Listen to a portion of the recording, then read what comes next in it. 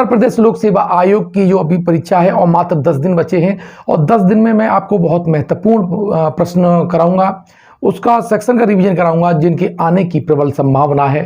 अगर आप यूपीपीसीएस की परीक्षा देने जा रहे हैं तो निश्चित रूप से ये वीडियो आपके लिए लाभकारी होगा। शुरू से लेके एंड तक इस वीडियो को देखिएगा। आज इसमें हम अध्ययन करेंगे अभिलेख का। मुझे लगता है कि इस साल अभिलेख से प्रश्न पूछे जाने की प्रबल संभावना है। देखिए, सबसे पहले हम बात देख लेते हैं कि अभिलेख कहते किसे हैं। ठीक है, देखिए अभिलेख का जो अध्ययन है, यानी हम जब वो प्राचीन हम लोग जो लेख लिखते हैं किसी पर, ताम्र पत्र पर या पत्थर पर, शिलाओं पर, उन्हें अभिलेख कहा जाता है। अभिलेख यानी एपिग्राफी में हमें अभिलेख का हम अध्ययन करते हैं। तो पहले तो प्रश्न यही पूछ लेता है कि अभिलेखों का अध्ययन किस में किया जाता है। तो अभिलेखों का जो अध्ययन है वो आपका एपिग्राफी में किया जाता है। अभिलेखों का अध्ययन किस में किया जाता है? आपका एपिग्राफी में किया जाता है। और पैलियोग्राफी की बात कर रहे हैं। पैलियोग्राफी का मतलब है आपको जो प्राचीन लिपि हैं, यानी जो प्राचीन लिपि हैं उनका जो अध्ययन करते हैं हम आपको पैलियोग्राफी में करते हैं। यानी प्राचीन लिपि का हम अध्ययन किस में करेंगे? पैलियोग्राफी में करेंगे। तो ये दो प्रश्न भी आपसे पूछे जा सकते हैं। आगे देखते हैं कि सबसे पहला अभिलेख जहां से हमें वैदिक सभ्यता की जानकारी मिलती है तो वो बोगजकोई का अभिलेख है। बोगजकोई अभिलेख का जो समय है वो 1400 ईसा पूर्व का है। ध्यान रखना कितना है? 1400 ईसा पूर्व का है। और इसे बीकलर महोदय ने 1907 में इसको खोजा था। ये कहाँ खोजा था? ये एशिया माइनर में मिला है। और एशिया माइनर कहाँ पर है? आपकी तुर्की में है। तो देखिए कहाँ पर है? एशिया माइनर में है। और ये एशिया माइनर वर्तमान में कहाँ पर है? तुर्की में है। ये इसकी भाषा भारोपी है और इसकी जो लिपि है वो क्यूनिफॉर्म अर्थात कीलक लिपि है। तो इस तरह से हमने इसके इंट्रोडक्शन के बारे में जाना। किसने खोजा इसे? बीकलर महोदय ने खोजा था। एक्चुअली में क्या था, दो राज्य थे, एक हित्ती समुदाय था और एक मितन्नी राज्य यानी समुदाय था। इन दोनों के बीच में एक संधि हुई और संधि में साक्षी बनाए वैदिक देवताओं को। पहला है इंद्र, दूसरा वरुण और तीसरा मित्र और चौथा नाशर्त। यानी 4 वैदिक देवताओं का उल्लेख इस अभिलेख में हुआ है। तो ये प्रश्न पूछ लेता है कि किन 4 देवताओं का उल्लेख बोगजकोई अभिलेख में हुआ है। ध्यान देने की बात है कि जो वैदिक देवता का एक महत्वपूर्ण देवता है अग्नि, वैदिक काल का जो अग्नि देवता है उसका उल्लेख इसमें नहीं हुआ है। यही प्रश्न पूछा जाता है कि निम्नलिखित में से किस प्रमुख देवता का उल्लेख बोगजकोई अभिलेख में नहीं हुआ है? तो ऑप्शन में आप अग्नि को देखना होगा। हित्ती जो थी, हित्ती की जो राजधानी थी वो बोगजकोई थी। ध्यान रखना, यह भी प्रश्न पूछा जा सकता है कि बोगजकोई क्यों वही लिखा गया। यानी बोगजकोई हित्ती की राजधानी थी और हित्ती का जो राजा था वो था शुभी ललिम था। कौन था? शुभी ललिम था। और मितन्नी का जो राजा था मतिउज था। मतिउज, इन दोनों के बीच में ये संधि हुई थी। तो इस तरह से आपको इसके सारे प्रश्न समझ में आए होंगे। अगला पॉइंट देखते हैं। जो अगला जो अभिलेख है वो आपका रवातक अभिलेख है। और ये जो रवातक अभिलेख है वो कनिष्क प्रथम यानी कुषाण वंश का जो शासक है कनिष्क प्रथम, उसका ये अभिलेख है। और ये अफगानिस्तान में एक स्थान है सुर्खकोटल। कौन सा है? सुर्खकोटल। और वहां पर सुर्खकोटल में है काफिर का किला। कौन सा है? काफिर का किला। वहां से ये अभिलेख मिला है। तो ध्यान रखना, ये भी पूछा जा सकता है काफिर किला से या सुर्खकोटल, कोई ऑप्शन में आए आप लगा देंगे। इसकी जो भाषा है वो यूनानी या यवन है, या यवन नहीं पूछा जाएगा, मोस्टली आपकी यूनानी पूछी जाती है। और लिपि इसकी क्या है? ग्रीक है। कौन सी है? लिपि है इसकी ग्रीक। अब इससे हमें 3 महत्वपूर्ण जानकारी मिलती है। पहली जानकारी क्या मिलती है कि इससे कनिष्क की यानी कुषाण वंश की हमें पूरी वंशावली प्राप्त होती है। साथ ही कुषाणों की जो हमें राजत्व जो सिद्धांत था, राजत्व जो प्रणाली थी, उसकी भी जानकारी हमको यहाँ पर मिलती है। उनके धार्मिक जो उपासना थी उनके तत्व भी यहाँ देखने को मिलते हैं। और इसमें सबसे महत्वपूर्ण है कि 6 नगर, तत्कालीन 6 बड़े नगर का उल्लेख रवातक अभिलेख में हुआ है। जिसमें पहला है साकेत, वर्तमान में जैसे अयोध्या है, नाम चेंज कर दिया गया है, तब साकेत था। और बौद्ध साहित्य में और इस साकेत का विशाल और बृहद वर्णन है। कौशांबी, कौंडिन्य, उज्जैनी, पाटलिपुत्र और चंपा। इन 6 जो आपके सिटी हैं, 6 जो नगर हैं, उसका जो उल्लेख है वो आपका रवातक अभिलेख में हुआ है। मुझे आशा है कि आप इन 6 के नाम याद रखेंगे और ये भी याद रखेंगे कि कुषाणों की जो वंशावली से प्राप्त होती है। अगला देखते हैं आपका गरुड़ स्तंभ लेख है, बहुत इंपॉर्टेंट। और गरुड़ जो स्तंभ लेख है ये 1877 में इसे कर्निंगम महोदय ने खोजा था। और ये विदिशा, जो मध्य प्रदेश में विदिशा है, जिसका प्राचीन नाम आपका बेसनगर है, वहां पर यह प्राप्त हुआ है। इसकी जो स्थापना है वो हेलियोडोरस ने की थी। और हेलियोडोरस जो था वो एंटियोक्लिड्स, ये यवन शासक है, ध्यान रखना कौन सा था, यवन शासक था। और इसका जो राजदूत था वो हेलियोडोरस था। और इसने ये बेसनगर में इस गरुड़ स्तंभ की स्थापना की थी। तो ये पूछ लेता है कि भागवत धर्म का प्रथम अभिलेखी प्रमाण कौन सा है, तब उसका आंसर आ जाता है कि जो गरुड़ स्तंभ लेख है वो भागवत धर्म का, वैष्णव धर्म का सबसे प्राचीनतम अभिलेख है। और ये कहां से प्राप्त हुआ है, विदिशा से प्राप्त हुआ है। इसमें जो हेलियोडोरस है वो खुद को भागवत कहता है। तो ये भी कई बार प्रश्न पूछा गया है और हो सकता है कि इस बार पूछ ले कि हेलियोडोरस ने अपने आप को क्या कहा है इसमें, तो भागवत कहा है। जो अगला जो अभिलेख है वो आपका रुद्रदामन का जूनागढ़ अभिलेख है। जूनागढ़ को गिरनार भी कहा जाता है। और ये गिरनार कहां पर है, ये गिरनार गुजरात में है। तो गिरनार की पहाड़ियां भी याद रखिएगा। तो जो गिरनार की जो पहाड़ियां कहां पर है, गुजरात में है। तो जूनागढ़ गिरनार की पोजीशन भी आपसे पूछी जा सकती है। अब ये रुद्रदामन है, ये जो रुद्रदामन है इनका जो जूनागढ़ का अभिलेख है। अब इससे हमें क्या, इस अभिलेख को 1832 में जेम्स प्रिंसेप ने क्या था, इसे खोजा था। और ये रुद्रदामन का जो जूनागढ़ अभिलेख है इसमें शक संवत यानी 72 का ये माना गया है। कब है, शक संवत 72 का। और ईस्वी की बात करें तो ये 150 ईस्वी का है। और ये चंपू शैली में लिखा गया, यानी गद्य और पद्य दोनों हैं। और इसमें लंबे लंबे समासों का प्रयोग किया गया है, जो संस्कृत में समास होते हैं। तो यह भी प्रश्न पूछा जा सकता है कि किस अभिलेख में लंबे लंबे यानी अधिक शब्दों के समास का प्रयोग किया गया है। अब आता है संस्कृत का ये कैसा है अभिलेख है, ये संस्कृत का प्राचीनतम अभिलेख है। ये प्रश्न बहुत इंपॉर्टेंट है। ये पूछे कि संस्कृत का सबसे प्राचीनतम अभिलेख कौन सा है, तब आपका आंसर रुद्रदामन का जूनागढ़ अभिलेख होगा। अब इसमें क्या है, इसमें चंद्रगुप्त मौर्य का जिक्र है। तो इसमें 4 शासकों का जिक्र है, चंद्रगुप्त मौर्य, अशोक, आपके स्कंदगुप्त और रुद्रदामन। ठीक है, लेकिन बात करें चंद्रगुप्त मौर्य की, तो चंद्रगुप्त मौर्य के नाम का एकमात्र उल्लेख करने वाला यही एक अभिलेख है। इसमें हमारे 6 कर मिलते हैं। कितने मिलते हैं, 6 करों की भी जानकारी इसमें मिलती है।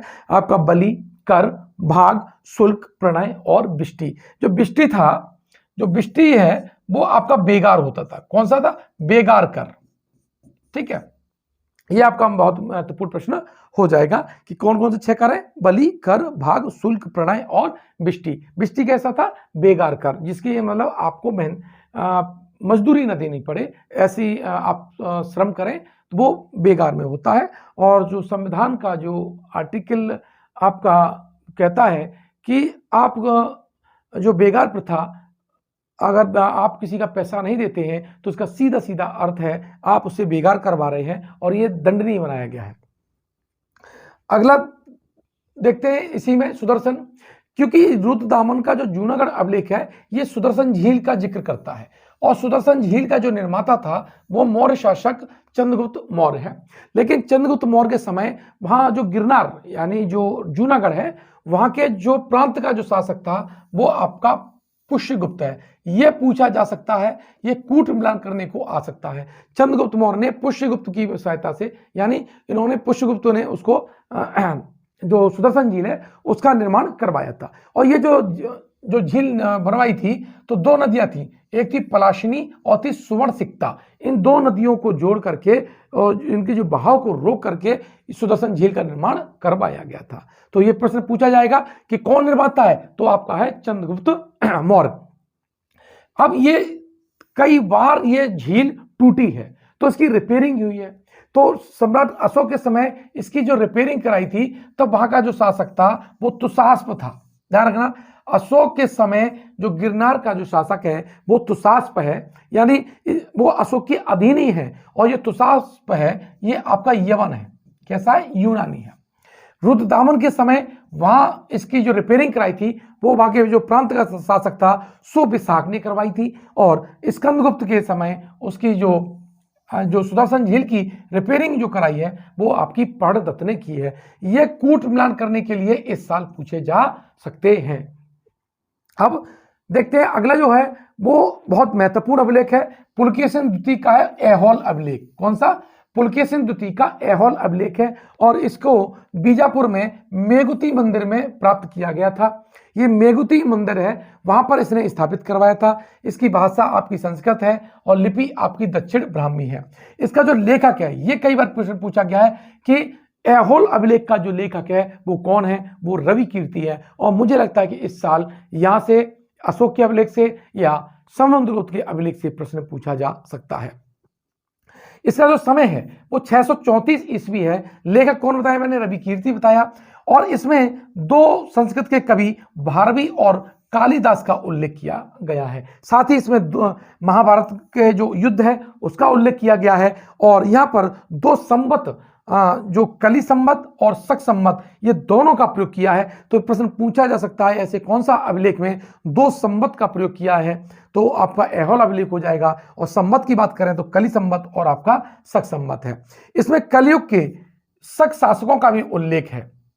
और ये जो अभिलेख है इसकी जो महत्वता है और जो सबसे ज्यादा प्रश्न पूछा गया है वो है कि कन्नौज का जो शासक था हर्षवर्धन, उसको नर्मदा नदी के किनारे पुलकेशिन द्वितीय ने पराजित किया था। इस बात का जो जानकारी कौन देता है? ऐहोल अभिलेख देता है।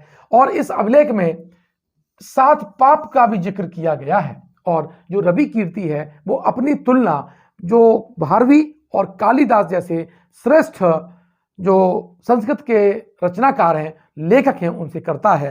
यानी कौन से? कालिदास से और भारवी से अपनी तुलना रवि कीर्ति करता है। अब देखते हैं हमारा जो धनदेव का जो अयोध्या अभिलेख है। कौन सा? धनदेव का अयोध्या अभिलेख, जहां पर राम मंदिर बन रहा है, वहां पर अश्वमेध यज्ञ की जानकारी देता है। और यह अश्वमेध किया था किसने? पुष्यमित्र शुंग ने। पुष्यमित्र शुंग ने ये मतलब अश्वमेध यज्ञ किया था। और इस यज्ञ के जो पुरोहित थे वो पतंजलि थे। यह प्रश्न पूछा जा सकता है कि जब अयोध्या अर्थात साकेत में अश्वमेध यज्ञ किया था पुष्यमित्र शुंग ने, तब उनके पुरोहित कौन थे? तब आपके उनके जो पुरोहित होंगे वो है पतंजलि है। और इस बात की जो जानकारी देगा वो देगा धनदेव का अयोध्या अभिलेख। साथ ही भानुगुप्त का एरण अभिलेख है। ध्यान रखिए, भानुगुप्त का जो एरण अभिलेख है वो 510 ईस्वी का है। कब का है?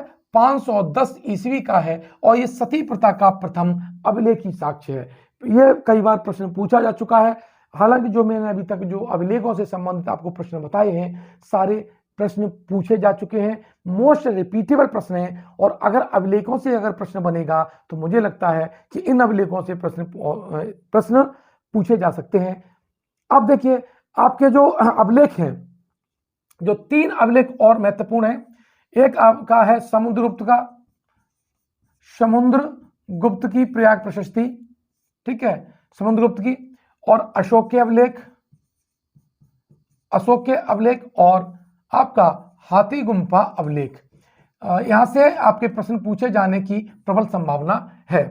अगला पॉइंट देखते हैं। तो इन तीनों में से हाथी गुम्फा अभिलेख की बात करते हैं तो 1825 ईस्वी में बिशप स्टर्लिंग ने इसे खोजा था। कहां खोजा था? उदयगिरी और खंडगिरी। उदयगिरी और खंडगिरी कहां पर है? ये वर्तमान में उड़ीसा में है, ठीक है। वहां से हाथी गुम्फा अभिलेख लिया, खोजा गया है। और हाथी गुम्फा जो अभिलेख है वो आपका चेदी वंश के शासक खारवेल का है। किसका है? खारवेल का है। और यहां से बहुत महत्वपूर्ण जानकारी आपको मिल जाती है। क्या मिल जाती है महत्वपूर्ण जानकारी? कि यहां पर हाथी गुम्फा अभिलेख में उसने किस किस का उल्लेख किया है।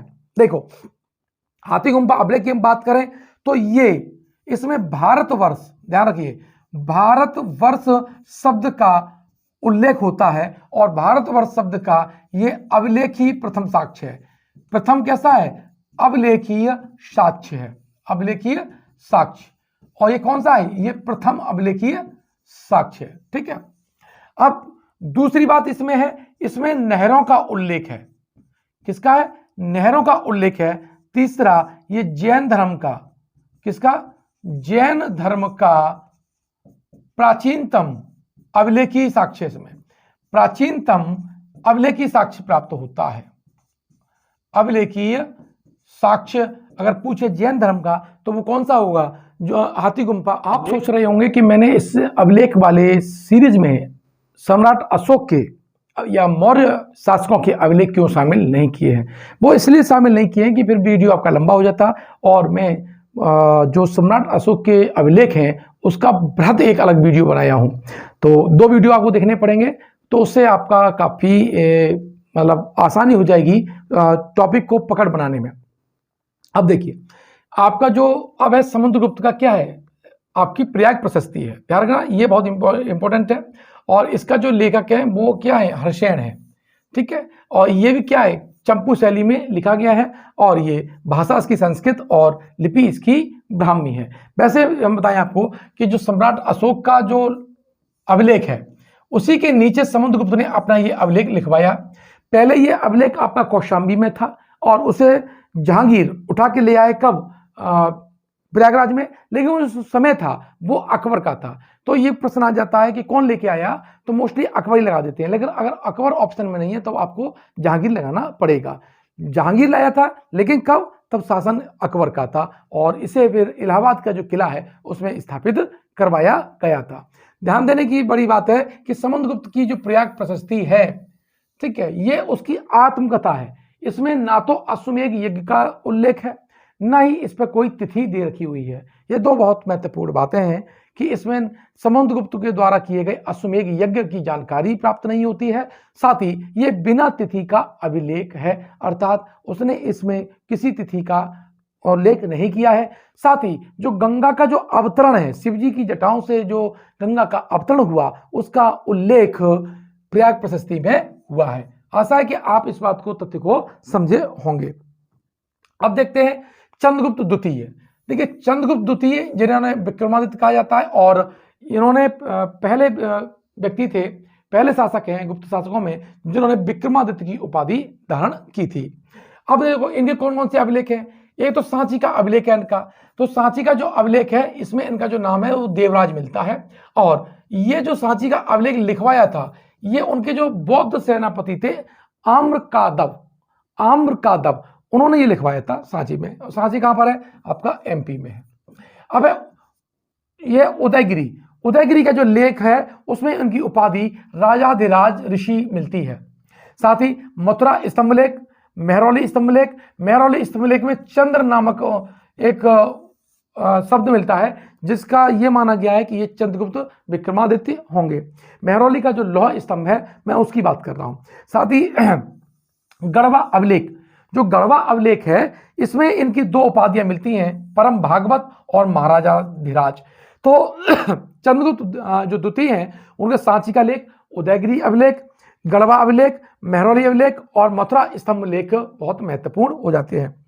अगला पॉइंट है कि कुमारगुप्त प्रथम ध्यान रखना, सबसे ज्यादा जो आपके अभिलेख प्राप्त हुए हैं वो कुमारगुप्त अभिलेख के गुप्त शासकों में प्राप्त हुए हैं। वैसे तो सबसे ज्यादा अभिलेख आपके सम्राट अशोक के हैं, लेकिन बात पूछे गुप्त शासकों में, तब आपका जो आंसर हो जाएगा वो हो जाएगा कुमारगुप्त प्रथम। इनका बिलसड़ यानी एटा में अभिलेख है बिलसड़। मानकुंवर जो अभिलेख है वो आपका इलाहाबाद में है। गढ़वा जो है वो आपका इलाहाबाद जिले में है। मंदसौर जो अभिलेख है वो आपका मध्य प्रदेश में है। करमदंडा जो अभिलेख है वो फैजाबाद में है, और ये शिव की मूर्ति पर लिखा हुआ है। तुमैन अभिलेख आपका ग्वालियर में है, जिसमें कुमारगुप्त को शरदकालीन सूर्य से तुलना की गई है, कि उन्होंने ये बताया कि जो कुमारगुप्त प्रथम है ये शरदकालीन सूर्य के समान है। साथ ही इनके अभिलेख मथुरा में भी प्राप्त हुए हैं और सांची में भी प्राप्त हुए हैं, और उदयगिरी में एमपी एक स्थान है, वहां से भी इनके अभिलेख प्राप्त हुए हैं।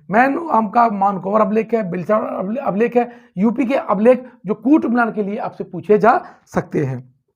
अब देखते हैं स्कंदगुप्त। देखिए स्कंदगुप्त के जूनागढ़ अभिलेख, जिसे हम गिरनार है ना, रुद्रदामन का जूनागढ़ अभिलेख अलग है और इनका अभिलेख अलग है। भीतरी स्तंभ लेख है जो स्कंदगुप्त का है, और जिसमें ये कहते हैं कि इसमें लिखा हुआ है कि इन्होंने हूणों को पराजित किया था।